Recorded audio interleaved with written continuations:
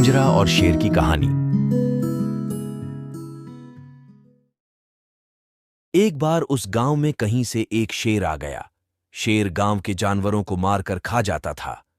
गांव वालों ने गांव के पास एक पिंजरा लगाकर शेर को पिंजरे में बंद कर दिया। एक दिन एक पंडित जी तालाब से स्नान करके गांव जा रहे थे। तभी शेर ने पंडित जी से पिंजरा खोलने की याचना की। पंडित जी ने कहा,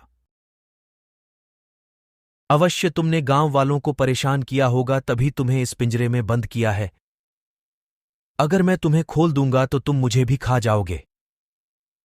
शेर ने वचन दिया कि यदि ब्राह्मण पिंजरा खोल देगा तो शेर उसे कुछ नहीं करेगा और जंगल चला जाएगा। ब्राह्मण बहुत दयालु था और वह शेर की बातों में आ गया और ब्राह्मण ने पिंजरा खोल दिया।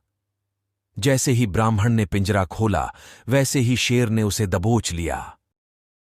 ब्राह्मण बोला, शेर, तुम तो जंगल के राजा हो और मैंने तुम्हारी सहायता की है। तुमने मुझे वचन भी दिया था कि तुम मुझे नहीं खाओगे। शेर बोला, मैं तो जंगली जानवर हूं, मैं ये वचन का पालन नहीं कर सकता। मुझे जोरों की भूख लगी है और मैं तुम्हें खाकर अपनी भूख मिटाऊंगा। वहीं पास में एक पेड़ पर एक बंदर बैठा था। ब्राह्मण ने बंदर को पूरा किस्सा सुनाया। ब्राह्मण की बात सुनकर बंदर बोला,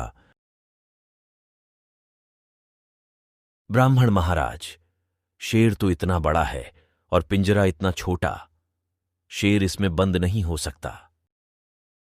बंदर की बात सुनकर शेर बोला, मूर्ख बंदर, इन इंसानों ने मुझे इसी पिंजरे में बंद किया था। बंदर बोला, मैं मान ही नहीं सकता।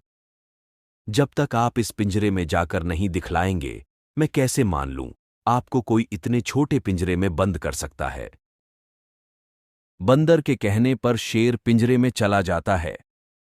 जैसे ही शेर पिंजरे में गया, बंदर ने बाहर से पिंजरा बंद कर देता है।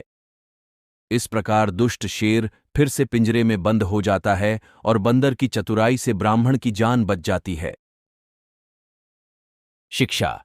शेर, पिंजरा और ब्राह्मण की कहानी से हमें शिक्षा मिलती है कि दुष्टों की बात पर कभी विश्वास नहीं करना चाहिए।